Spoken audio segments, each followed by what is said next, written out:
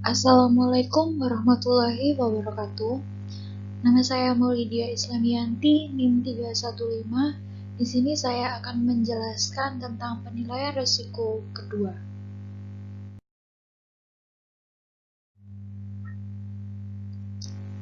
Risiko audit. Risiko audit merupakan suatu pernyataan, suatu opini seorang auditor tentang audit yang tidak tepat ketika laporan keuangannya mengalami salah saji secara material. Seorang auditor akan melaporkan bahwa menurut pendapatnya, laporan keuangan tersebut benar dan wajar. Jika terdapat kesalahan atau kecurangan yang signifikan, mereka akan mengatakannya. Tahap pertama, dalam penilaian risiko audit melibatkan identifikasi akun dan asersi terkait suatu hal yang paling beresiko salah saji material. Asersi sendiri merupakan suatu pernyataan yang dibuat oleh manajemen tentang pengakuan, pengukuran, penyajian, dan pengungkapan item yang termasuk dalam laporan keuangan dan catatan. Mereka memandu pengujian yang telah dilakukan oleh auditor.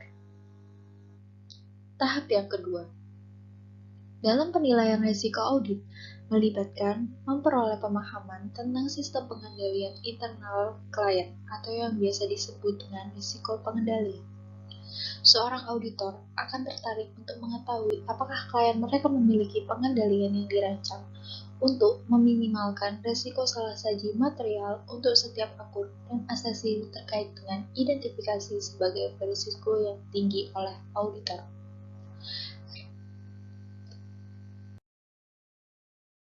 Model risiko audit dan komponennya.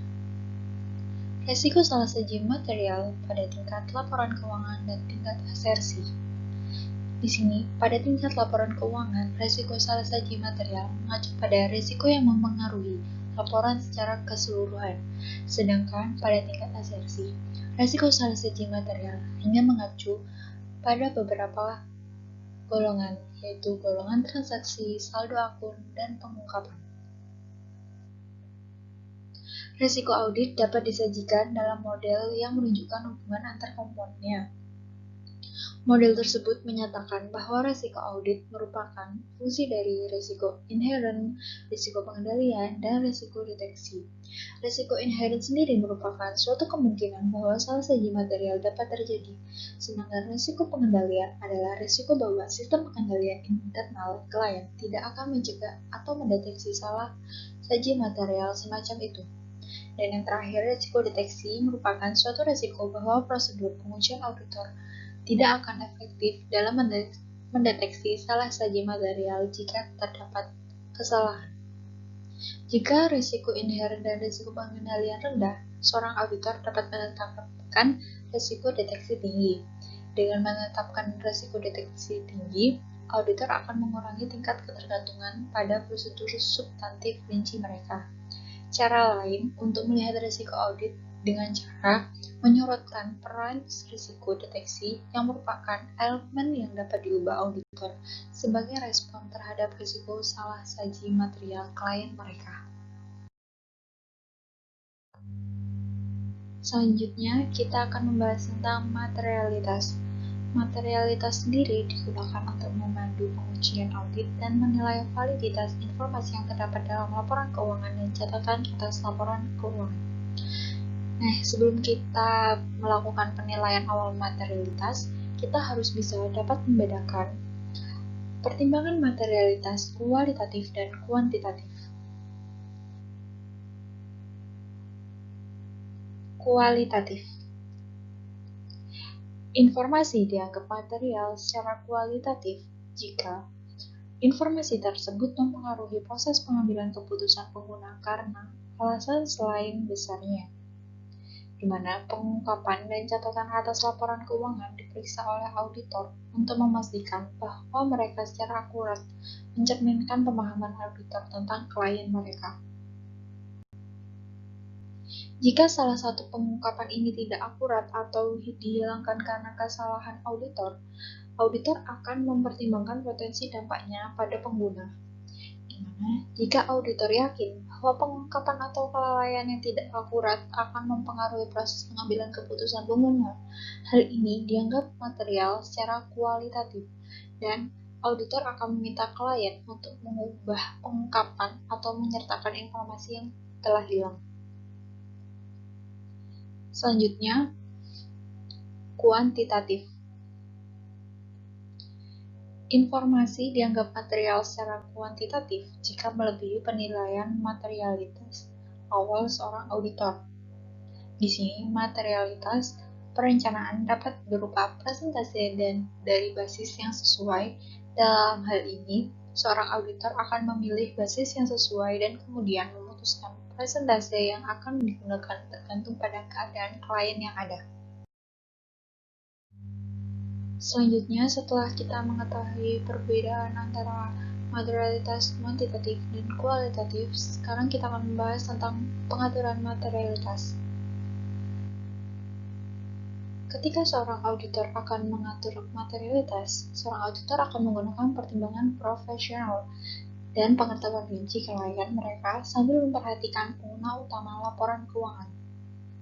Selain itu, auditor juga akan menggunakan beberapa variasi dalam metode mereka guna untuk menetapkan materialitas dalam fase penilaian risiko audit.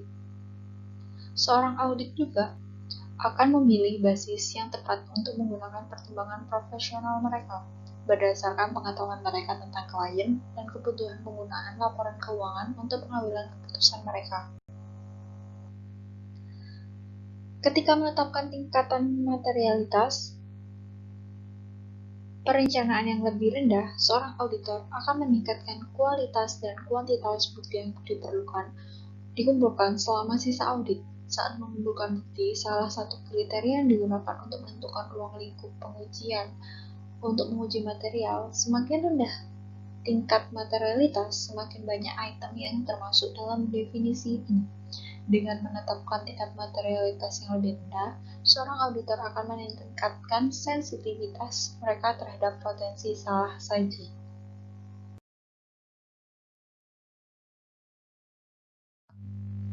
Strategi audit. Perencanaan audit atas laporan keuangan mensyaratkan bahwa seorang auditor harus menetapkan strategi audit secara keseluruhan yang menetapkan ruang, lingkup, waktu, dan arah audit, dan memberikan dasar untuk mengembangkan rencana audit terperinci.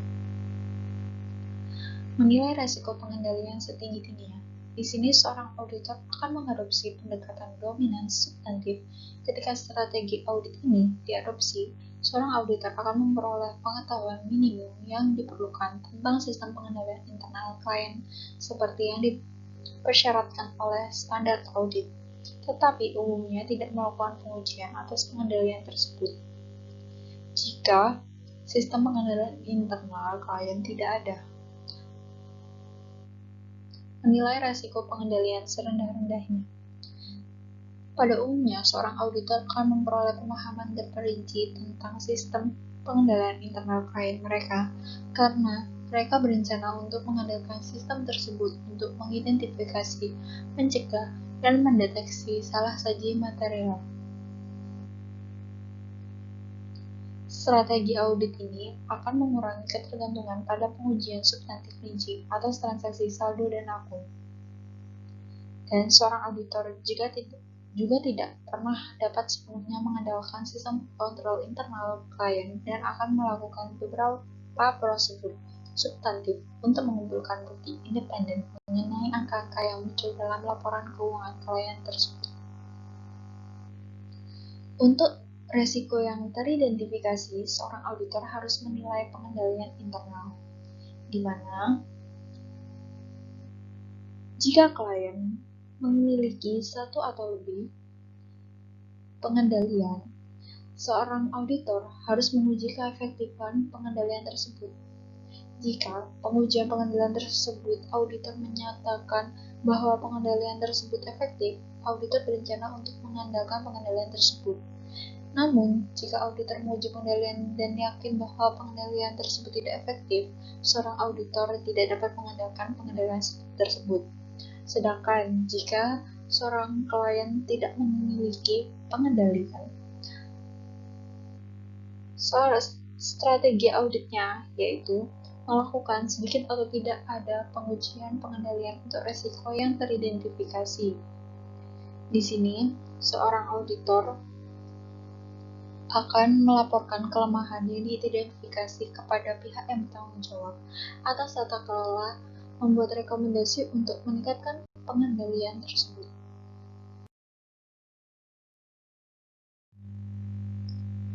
Pendekatan klien untuk mengukur kinerja. Di sini sangat penting suatu auditor untuk melakukan pendekatan klien untuk mengukur kinerja. Seorang klien untuk mengukur kinerja mereka melalui indikator kinerja utama atau KPI. Di sini, seorang auditor dapat menilai kinerja atau mengukur kinerja seorang klien mereka melalui profitabilitas perusahaan mereka dan likuiditas perusahaan mereka. Nah, di sini profitabilitas digunakan untuk menilai kinerja mereka dan staf senior mereka. Selain untuk menilai kinerja mereka dan staf mereka, profitabilitas juga digunakan untuk melacak pendapatan dan pengeluaran mereka dari waktu ke waktu. Nah, mereka juga bisa membandingkan pendapatan dan pengeluaran mereka dengan pesaing terdekat mereka dan menilai kemampuan mereka untuk bersaing, serta memberikan wawasan berharga kepada manajemen. Apakah target yang dihasilkan sesuai dengan harapan yang mereka inginkan. Sedangkan likuiditas sendiri merupakan suatu kemampuan perusahaan untuk memenuhi kas dalam jangka pendek maupun jangka panjang. Sangat penting bagi suatu perusahaan untuk memiliki akses ke kas untuk membayar utang piutang mereka dalam saat jatuh tempo. Jika tidak dapat memenuhi kewajiban mereka dalam membayar utang, perusahaan tersebut dapat dilikuidasi. Prosedur analitis. Prosedur analitis mendefinisikan prosedur analitis sebagai evaluasi informasi keuangan dengan mempelajari hubungan yang masuk akal antara data keuangan dan data non-keuangan. Prosedur analitis ini dilakukan selama proses pengauditan. Terdapat 6 prosedur analitis. Yang pertama, perbandingan. Yang kedua, analisis tren. Yang ketiga, analisis ukuran umum. Yang keempat, analisis rasio. Yang kelima, prosedur analitik lainnya. Yang keenam, faktor yang diperlukan untuk dipertimbangkan. Prosedur analitis yang pertama yaitu perbandingan, di mana perbandingan ini dibuat secara sederhana antara saldo akun untuk tahun berjalan dan tahun sebelumnya. Ketika melakukan perbandingan saldo akun dari satu tahun ke tahun berikutnya, seorang auditor akan menilai perubahan berdasarkan ekspektasi mereka, berdasarkan pemahaman mereka tentang klien dan setiap perubahan yang dialami selama setahun terakhir. Setelah melakukan perbandingan, kita selanjutnya akan melakukan analisis tren, di mana analisis tren ini melibatkan perbandingan saldo akun dari waktu ke waktu. Hal ini dilakukan dengan pemilihan tahun dasar dan kemudian menyajikan kembali semua akun di tahun-tahun berikutnya sebagai presentasi dari tahun dasar tersebut. Saat melakukan analisis tren tersebut, penting bagi seorang auditor untuk mempertimbangkan perubahan signifikan dalam faktor ekonomi secara luas seperti resesi yang dapat mempengaruhi interpretasi mereka terhadap tren. Analisis ukuran umum.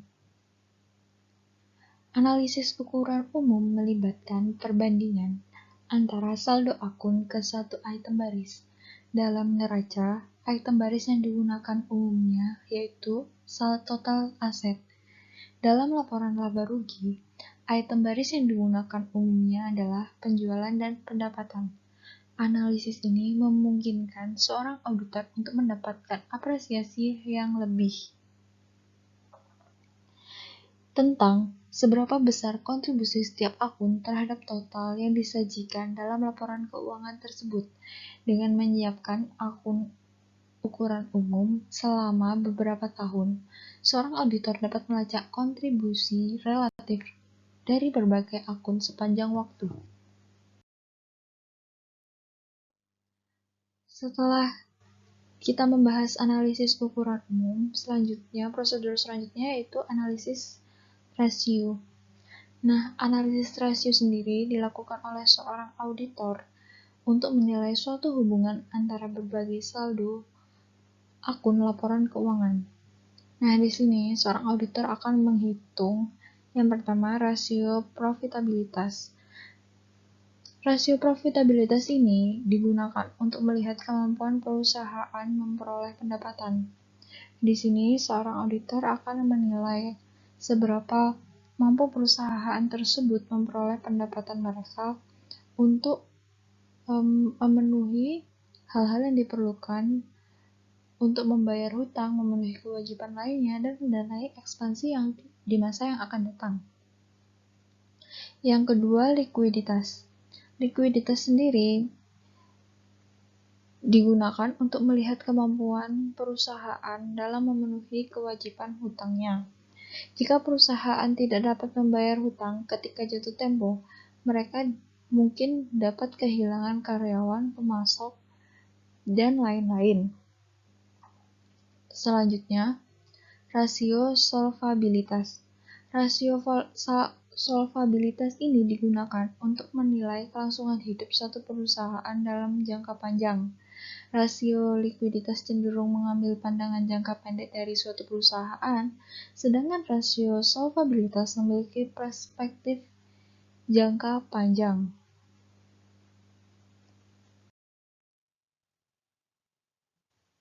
Prosedur analitis yang kelima yaitu prosedur lainnya, di mana di sini prosedur analitik lainnya yang bisa digunakan antara lain analisis multidimensi. Analisis multidimensi sendiri melibatkan pemilahan data klien ke dalam berbagai dimensi atau ukuran. Sedangkan ringkasan entry jurnal merupakan suatu jurnal yang memberikan ikhtisar transaksi yang diringkas. Ringkasan ini dapat disiapkan dengan menggunakan berbagai kriteria. Yang ketiga, laporan validasi. Laporan validasi ini dapat digunakan untuk melaporkan validasi data kliennya. Yang keempat, laporan yang dihasilkan kriteria. Laporan yang dihasilkan kriteria merupakan suatu ringkasan informasi dan data berdasarkan kondisi yang ditetapkan oleh seorang auditor. Laporan ini biasanya digunakan untuk membantu auditor mengelola sejumlah besar informasi dan data yang disimpan dalam file komputer klien. Yang kelima, analisis deret waktu biasanya digunakan untuk menganalisis data yang terjadi secara teratur dalam klien. Dan yang terakhir, analisis regresi dapat digunakan untuk menyelidiki hubungan antara berbagai kelompok data atau variabel. Analisis ini melibatkan pertimbangan hubungan antara variabel independen dan variabel dependen. Dan prosedur yang terakhir yaitu faktor-faktor apa saja yang diperlukan untuk dipertimbangkan. Yang pertama yaitu keandalan data klien. Sebelumnya, faktor-faktor yang perlu dipertimbangkan terdapat beberapa faktor. Yang pertama itu data keandalan data klien. Jika seorang auditor yakin bahwa terdapat risiko signifikan bahwa catatan klien tidak dapat diandalkan, karena misalnya pengendalian internal yang buruk, maka catatan tersebut cenderung tidak tergantung. Nah, ketika membandingkan hasil keuangan aktual dengan hasil yang dianggarkan, seorang auditor akan mempertimbangkan keandalan anggaran tersebut. Ini dapat dinilai dengan membandingkan anggaran dengan hasil aktual untuk tahun-tahun sebelumnya. Jika klien terus-menerus melebihkan pendapatan, jika klien secara signifikan lebih kecil atau lebih besar daripada kebanyakan perusahaan, perbandingan mungkin tidak valid. Jika pesaing tidak menggunakan metode akuntansi yang sama, perbandingan bermasalah. Jika klien memiliki hasil dan rasio yang sangat berbeda dengan rata-rata industri, mungkin ada masalah dengan data-data industri daripada data klien tersebut. Nah, sekian penjelasan yang bisa saya sampaikan tentang penilaian risiko yang kedua. Bila ada salah kata, saya mohon maaf. Wassalamualaikum warahmatullahi wabarakatuh.